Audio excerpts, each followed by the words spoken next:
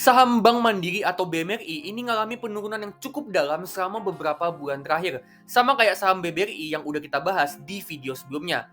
Nah, di video kali ini kita bakalan bedah ya update terbaru dari kinerjanya BMRI dan kita bakalan hitung harga wajar terbaru dari saham BMRI. Tapi sebelum itu, jangan lupa subscribe dan tekan lonceng supaya kalian terus up to date sama channel Todopedia. Oke, kalau gitu langsung aja yuk kita mulai.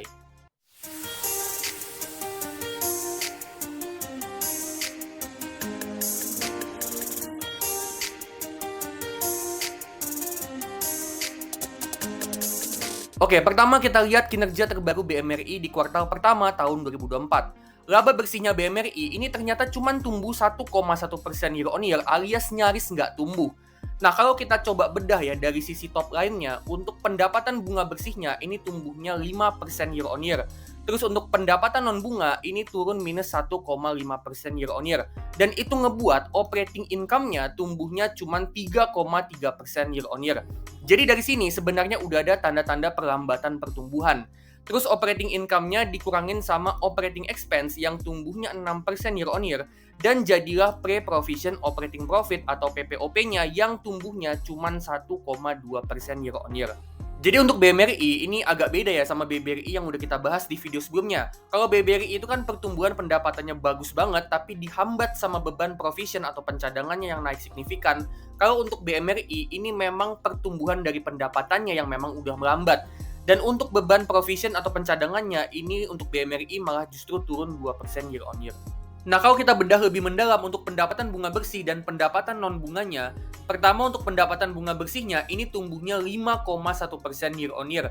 Yang mana itu berasal dari pendapatan bunga yang tumbuhnya bagus sebenarnya 13% year on year, dan itu efek dari pertumbuhan pinjamannya yang tumbuhnya 19%. Tapi ternyata untuk beban bunganya ini tumbuhnya lebih besar sampai 35% year on year. Dan ini tentunya efek dari kenaikan suku bunga yang ngebuat bunga tabungan dan deposito yang harus dibayar ke nasabahnya Bank Mandiri itu jadi makin gede. Sementara itu untuk komposisi pinjamannya BMRI ini paling banyak ke corporate 35%, ke anak usaha 22%, komersil 17%, mikro 12%, consumer 8%, dan ke UKM itu 5,4%.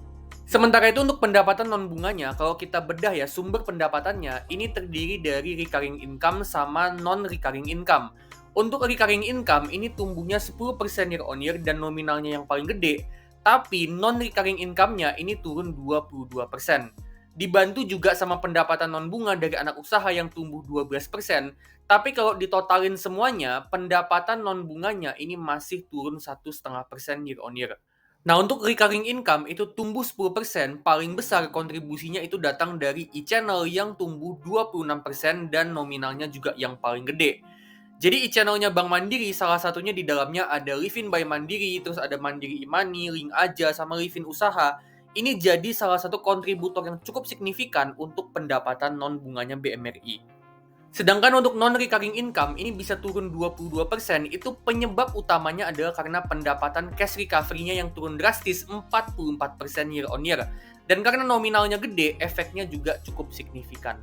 Sisi positifnya untuk pendapatan non-bunganya BMRI adalah untuk pendapatan recurring income-nya ini masih terus tumbuh. Yang mana recurring income ini kan pendapatan berulang, yang artinya Bank Mandiri dapat pendapatan rutin, baik itu rutin per bulan, per minggu, ataupun per hari. Dan ini bagus ya, karena kalau recurring income-nya itu bertumbuh, itu bisa menjaga kestabilan cash flow dari Bank Mandiri. Nah, secara kontribusi, pendapatan bunga ini masih berkontribusi yang paling besar yaitu 71%. Sedangkan untuk pendapatan non-bunga itu sebesar 28%. Jadi masih paling besar itu pendapatan bunga. Tapi dengan kontribusi pendapatan non-bunganya yang juga nggak kecil, kedepannya pertumbuhan dari pendapatan non-bunga ini efeknya bisa signifikan terhadap pertumbuhan bisnisnya BMRI. Next, untuk anak usahanya BMRI, kalau kita lihat di bagian NPAT by ownership, di sini laba bersih yang diterima BMRI berdasarkan kepemilikan saham ke anak usahanya, total BMRI itu dapat laba 1,577 triliun, yang mana itu tumbuh 7,5% year on year. Dan kontribusinya itu paling gede dan lebih dari setengahnya itu datang dari Bank Syariah Indonesia yang diwarnain biru tua. Dan total kontribusi laba anak usaha ke total laba bersihnya BMRI itu sebesar 12,4%, yang mana itu kontribusi yang masih kecil untuk BMRI. Next, untuk rasio perbankan kita bisa lihat di sini kalau BMRI ini dalam kondisi yang bagus banget, di mana semuanya memenuhi kriteria emiten bank yang bagus. Return on equity-nya tinggi di 19,7%, NIM-nya juga bagus di 5%, casanya gede di 74%, kredit macet atau NPL-nya kecil banget, cuma 1,1%, dan bahkan ini lebih bagus daripada BBCA. Terus loan to deposit rasionya 88%, ini juga cukup bagus, dan capital adequacy ratio yang gede di 20%. Selain itu, tren pertumbuhannya BMRI ini juga bagus banget, di mana total pinjamannya bisa tumbuh konsisten, terus pendapatan sama labanya ini trennya juga bertumbuh dari beberapa tahun terakhir, dan juga ya dengan tingkat pertumbuhan yang tinggi. Ini artinya BMRI ini terbukti jadi bank yang mampu untuk terus numbuhin bisnisnya dengan cukup konsisten. Oke, next kita lihat potensi dividennya. BMRI kalau kita beli di harga sekarang, per video ini dibuat tanggal 19 Juni 2024, ada di harga 5.750. Ini kita bisa dapat dividen dengan dividen yield itu 6,1%. Ini dividen yield yang lumayan tinggi menurut gua untuk saham blue chip kayak BMRI. Apalagi itu juga kurang lebih setara dengan yield obligasi. Terus kalau kita coba ya proyeksi dividen yield-nya BMRI untuk 10 tahun ke depan, dengan asumsi pertumbuhan laba bersih dan dividennya BMRI itu sebesar 8% tiap tahunnya, kalau kita hold terus sampai tahun ke-10, maka kita bakalan dapat dividen yang yield-nya itu naik terus dari 6% sampai hampir 11% di tahun ke-10. Dan ini yield yang menurut gue cukup bagus untuk saham blue chip kayak BMRI. Itu juga belum termasuk dividen payout rasionya BMRI yang ada di 60%. Yang artinya dividen yield yang sebesar itu didapat dengan BMRI yang nyisihin cuma 60% dari labanya itu jadi dividen. Yang artinya masih ada sisa 40% dari labanya untuk dipakai buat investasi untuk ngembangin bisnisnya. Dan angka 40% itu persentase yang lumayan gede. Dengan begitu, itu bisa memperbesar equity dan profitnya BMRI untuk kedepannya, yang mana itu juga bisa ngebuat harga sahamnya naik dan kita juga bisa dapat capital gain untuk kedepannya.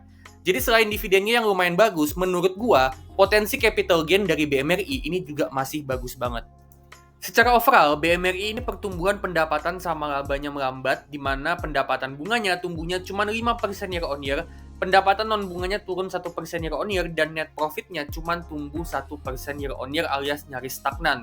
Tapi meskipun begitu, kinerja bisnisnya BMRI ini masih bagus banget dengan rasio perbankannya yang semuanya bagus.